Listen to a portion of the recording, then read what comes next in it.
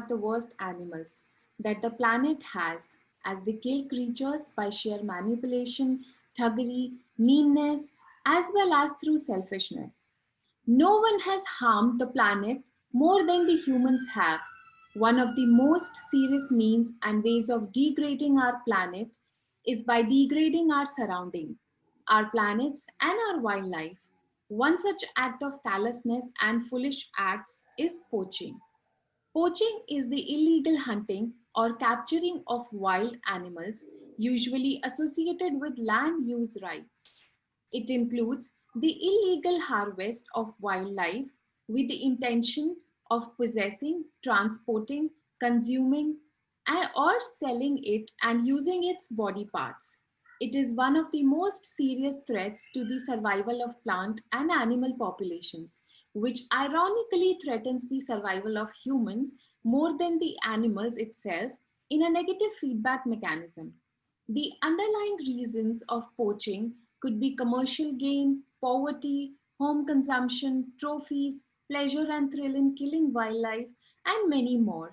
But the effect is far more damaging than what's known and talked about. We have with us today Dr. K. Siddhartha, who is an earth scientist and an environmentalist, and has written so many bestseller books on environmental sciences. So we welcome you, sir, today on our channel, and to give share your insights with us on this topic, poaching. Thank you. Thank you. Thank you so much. Sir, we'll start. I want to ask you, as a biologist, can you tell us about the impact of poaching? Poaching actually goes on to be having a real severe impact of sorts. The most severe impact of poaching is that it is responsible for depressing the population of wildlife. Now that means that many species go on to get hunted down to levels below which their populations are not going to survive, below which is not going to be viable. That is going to be one. So that will going to lead to species extinction.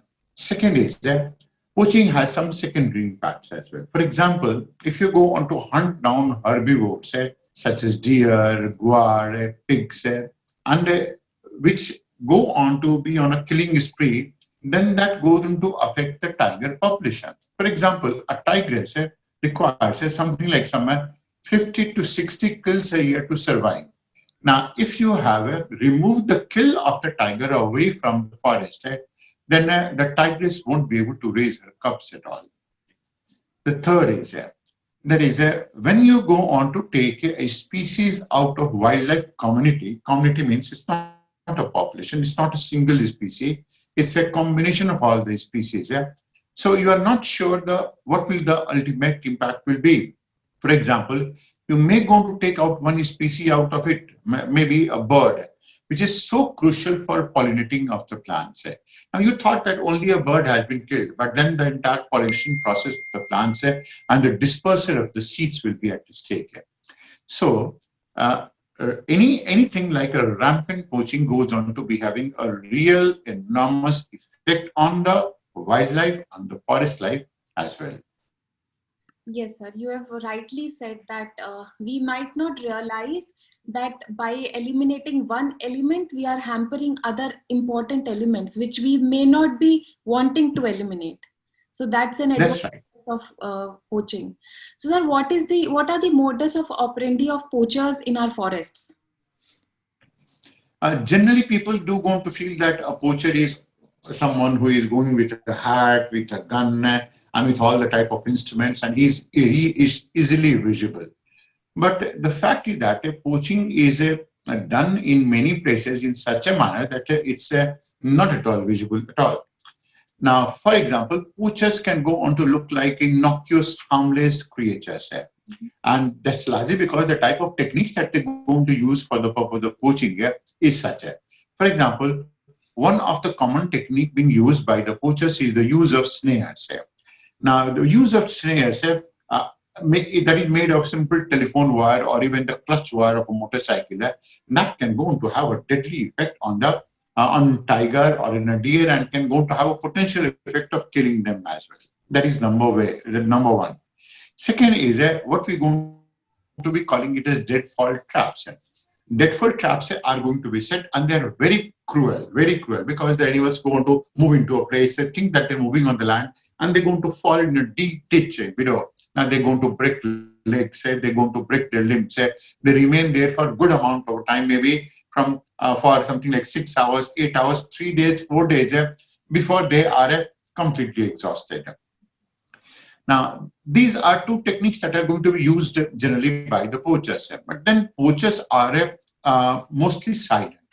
They are very hard to detect. You can go to hear a gunshot, but you cannot go on to imagine a snare that has been set for poaching any type of an animal. Or you cannot go to imagine a poisoned carcass. For example, you go on to kill an animal, poison it, so that any animal that goes on to eat it, that also goes on to die. And this is a way, it's such a silent method that it keeps on going, and it keeps on going on a very, very large scale. So, sir, as you said, these techniques are very professional for poachers. So, do local people also, because local people also are a part of this thing. So, do they also use these techniques? To a large extent, yes. It's sometimes felt that if you can go on to educate the people in local areas, they will go to take care of the wildlife.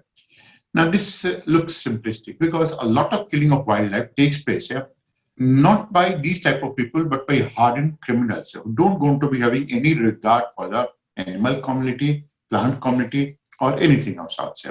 Now, these are the type of people who are hardened in mindset, and they have a criminal bent of mind. They don't want to listen to anyone at all. Even if you lecture them, even if they're going to give them guidance, even if it is that you're going to think of converting them into conservationists, they may be giving you a feel that they have been converted into a conservationist, but they will never be. The only thing that goes on to work in this case is that you also have to be very, very ruthless with them. And this is what exactly our experiment with Kaziranga National Park has shown as well. And the best way to control poaching in this case is going to be by patrolling, by anti-poaching camps, well-armed guards, because most who can go to take on poachers.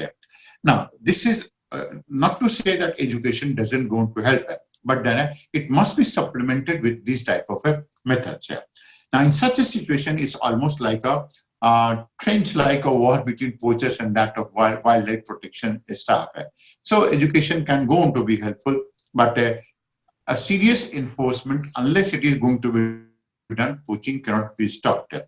Guns or guards are necessary to fight poachers, but then education will go on to only mean that some people who are on the fringe of being a poacher, they may be prevented.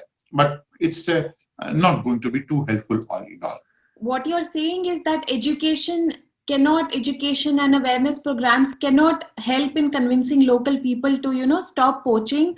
And we have to have like strict rules and enforce strict rules to stop them. That's right. Not only rules, I mean enforcement of it.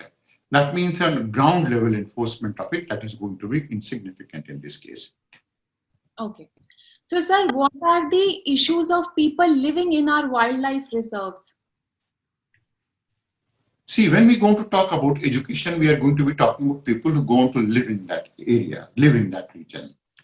Now, people who go on to live in those areas where poachers are active, these areas are going to be very, very different from those type of areas where, let's say, someone in Latin America, like Amazon rainforest, go on to live. And one of the dilemmas that we're going to face in this case is in trying to save tigers, elephants, lion-tailed macaws, and any other highly endangered species. The problem is that the human settlements are within our protected areas. Now, in India, these are within protected areas. In Brazil, if they are going to be protected areas, then the density of population is very, very low. For example, you can go to find 4 or 5 people within 100 square kilometer of an area. And they are very primitive culture. Primitive culture, that means they go to live on trees, they go to plug leaves at twigs, and that's how they go to make their living. But then we are in India talking about an entire village. Now, these village people going to be having an aspiration. They go on to watch television, they go on to use mobile, they go on to look for all the type of news and other things as well. They're going to get involved in gossip as well. Other than that, they also go on to carry on agriculture and they go to raise their livestock for the purpose of generating their income. So these communities are very different from the communities that we go to find in Latin America.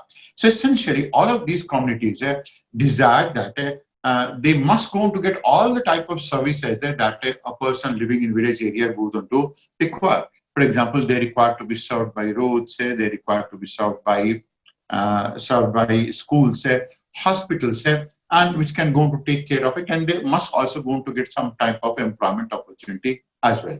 Now, if you start delivering all of these things to the villages within the framework of the national park or a sanctuary, then the problem is you are going to lose the national park, because the moment you start providing these things, you start making them almost like a semi-urban areas. So the solution is not exactly that you don't have to provide services. You have to provide services and economic development to these people, and they must be provided with it, but they must be relocated outside the entire of the system. They must be relocated in the periphery of these regions and not exactly within the forest area. Yes, sir. So you rightly said that development always hampers nature. So we have to do development, but outside our wildlife reserves, then only we can conserve them. So, sir, a lot of non-timber forest products, NTFP, such as honey, fruits, nuts, bark, and antlers, are collected from our forests by local people. Does this have any negative impact? Generally, the psyche is and the perception of the people is that you think that timber felling, only timber felling damages forest, but that's not correct. Even if you're going to take a dead tree away from the forest, a tree that has fallen away, and it has remained in the forest for a good amount of a time, that will also going to have an impact, because a dead tree goes on to become a house or the site for nest holes and cavities, and a lot of species start getting affected because they're going to already build their habitat in that region. For the wildlife community that uses it, dead tree is also a resource. There's nothing in that region that is not a resource, including a dead tree as well. And then they are going to be so-called, as you talked about, minor forest products as well, and non-timber forest products as well.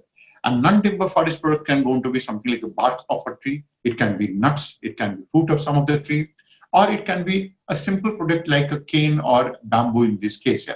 Now, all of these products are being exploited, but then they're not exploited for the subsistence level of the farmers or subsistence level of the people. They're exploited in an organized manner. For example, you're going to collect honey, and then this honey finds its way to the urban areas. Now, when it goes on to find its way to the urban areas, it is going to be organized there, and it goes on to get labeled, it goes on to get packaged, then exported as a premium product, and maybe it can go to find on the table of someone in an urban area who wants to build his health of sorts. Now, that is organized. The same thing happens with a good number of other products as well. For example, phyllanthus or gooseberry fruits. The bark of many trees like cinnamon or machidas goes to feed a big industry. The bark of machidas, for example, is used for manufacturing incense sticks. And incense sticks is a market. You can imagine the size of the market. It's going to be in billions of dollars. So when you're going to debark these trees, you actually go on to kill them. That's one part. Now, talking about these implications, they're going to be having a major effect. And the effect is going to be some items like going to pick up Phyllanthus mystica fruits. These are the fruits that are required by the wildlife when they are going to be under enormous amount of stress. For example, if the whole region goes into dry out, if they don't going to be having anything to eat in this case, that is where they're going to be requiring it.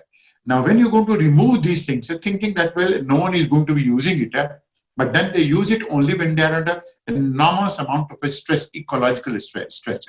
Then all of these animals who will go to seek these, and they will go to seek it when they do not going to get a lot of nutritional value in the products that they are eating. that harms the forest in unimaginable manner. Now, the other thing is associated with NTFP, that is non-tropical forest products. That is, the method of exploitation in this case is going to be very, very dangerous. And extracting methods go on to be destroying the plant completely, and some of them going to be associated with heavy uses as well. They are heavily used in such a manner that they don't go to regenerate. Normally, in a tropical rainforest, the moment you have chopped off a tree, they go on to go for a regeneration. And other than that, some minor forest products collection methods are very, very cruel. For example, the use of fire as a method to collect various kinds of fruits and nuts. Now, fire is commonly associated with minor forest product collection or honey collection. Or, for example, in order to extract honey, you just going to set the region in fire, so all the bees go on to fly out, and then you're going to take honey. But then it can go on to have such a disaster effect that you can't imagine. It's the impact of these on very innocuous sounding collection technique is quite heard. It's very profound on the wildlife and natural habitats of that region. Yes, sir. And it's very surprising to know that even a dead tree is of so much use to nature. Like, we cannot even remove a dead tree from a forest. It will hamper them, the wildlife. And when we talk about, yes, sir. So when we talk about fire, we use fire as a method to extract products from the forest. But isn't fire a part of forest ecology? Doesn't it promote regeneration and improve the habitat? Fire is a part of a natural regeneration of the forest, but then understand the mechanism of fire. In North America, in some places where you're going to live in California and the northern portion of California, fire is something that takes place by lightning. Lightning is a major cause of fire in these areas. Now, in India, fire is going to be artificial. That is, the people going to lit the forest on fire. And that too in March and April, when the region is completely dry. That means one matchstick can go to do so much amount of harm that you can't imagine. Now, understand it. Our protected areas form less than 4% of our land area, but then they are no longer any large wild landscape left to use and left for the purpose of mitigating these long-term fire effects. So, all in all, when we go on to be talking about only 4% of the area, then is it that this 4% area will be responsible for mitigating the effects of loss that you're going to have from the entire of the land? The answer is no. So what this fire goes on to do is that it's like an arson. It's like a terrorism activity in the forest area. It removes, it gradually removes the kinds of trees or understory that are able to withstand repeated fires. And when they are replaced, then they are replaced with hard, thick barked and often inedible plants. That means the wildlife living in this forest area can't go to eat these plants at all. That's impact number one. Second is fire also goes on to be having a very deleterious impact on the ground nesting birds. That means all of these birds that go to live in grounds, reptiles as well, and those who go on to be giving rise to their young ones, and large animals like deer and tiger as well. So the effect of fire is largely negative, and we need to treat it in such a manner that it is going to be really a negative effect. It's not like the North American fire where lightning can go to set the whole of the region on fire. Yes, sir. And even though if it is because of the natural reasons, fire is like so much hampering. We have several examples of California, and like recently we had such a big fire in Australia, and so many animals were like affected by it. It's an unimaginable damage that has had taken place. Yes, in order to manage this fire, manage of the wildlife habitats, wildlife management, ecosystem management, all of these forms of management that we go on to put it here, we go on to include a scientific method of sorts.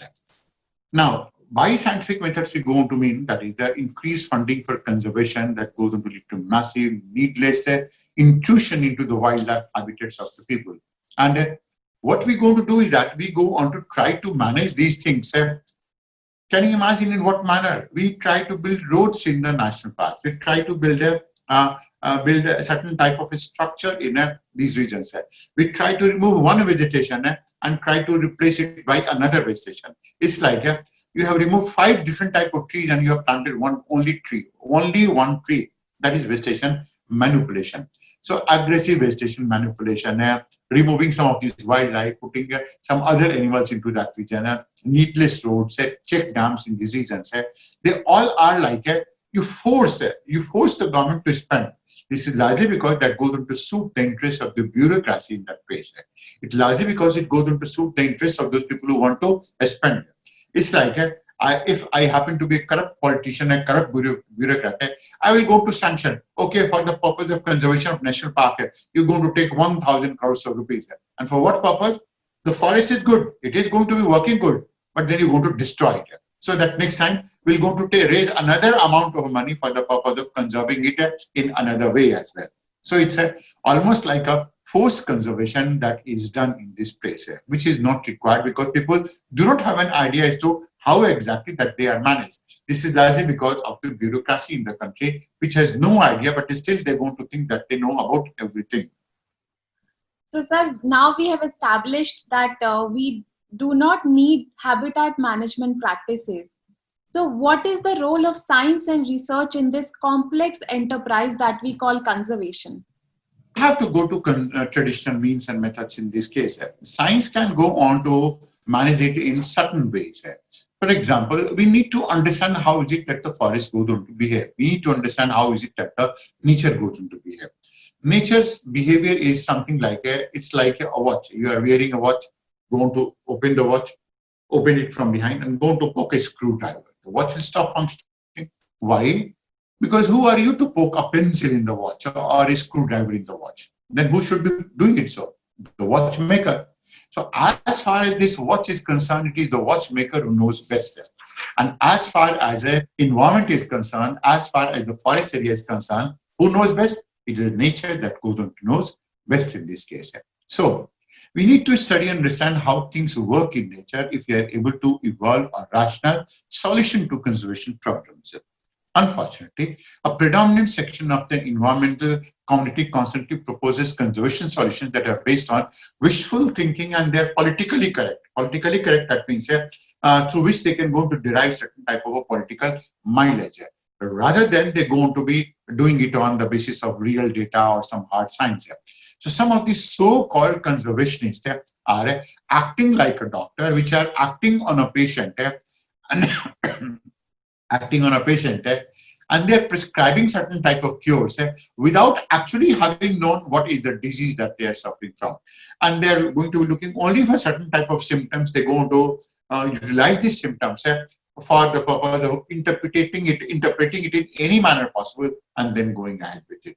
And that is the real problem with our conservation methods in this case. So given all this, sir, do you still see any future for our wildlife? I do go on to see it, despite the fact that a lot of injustice has been done in this case, and it's a real pathetic situation. What we go on to think is that we have sacrificed 4% of the land for the protected area, and we think that by sacrificing 4% of the land that is devoted to national parks, sanctuaries, biosphere reserves, and so on, we'll be able to take a big step, and that the whole of a country's wildlife wealth will be under control. Now, it's not exactly so. This is a thinking that requires to be completely modified. A country which is going to be endowed with so much amount of diversity, with so much amount of intelligence, with so much amount of resource, it will, unless the government goes on to sacrifice certain things out of the country, there is no way that we will be able to regain our landscapes in that manner. It's I will go to take an analogy. It's like you're going to pick up a building. For example, you're going to pick up Taj Mahal, dismantle it, break it, and after having broken it, then you go on to put the jigsaw pieces once again. Now you will be able to erect Taj Mahal. There's no doubt. I mean, it will be there, and not too many people will be able to make it out that it has been broken and it has again been restructured. but you cannot go on to destroy the ecological web in such a manner and bring it back. Ecosystem is such type of a system that once you destroy it, it goes for an irreversible decline in this case. But then we assume that the children, that the new generation will be aware of their problems, possibly. We assume that is the present generation will be able to understand some of these problems. We assume that they are going to be rational. We assume that they will come to know about the stark truth behind it. We assume also that they will be passionate about all of these aspects. So we can go to say that there is some amount of a ray of hope that can be seen in the future of wildlife. Individuals are there, conservation groups are there, government officials are there, businessmen are there who are feigning interest in all of these aspects and who are beginning to understand the mechanism of it, who are beginning to work for it, who are beginning to raise their concern associated with it, and who have also started working against the poachers, against the principles of wildlife that do not go to conserve it, that destroy it. And the first step will be the awareness step.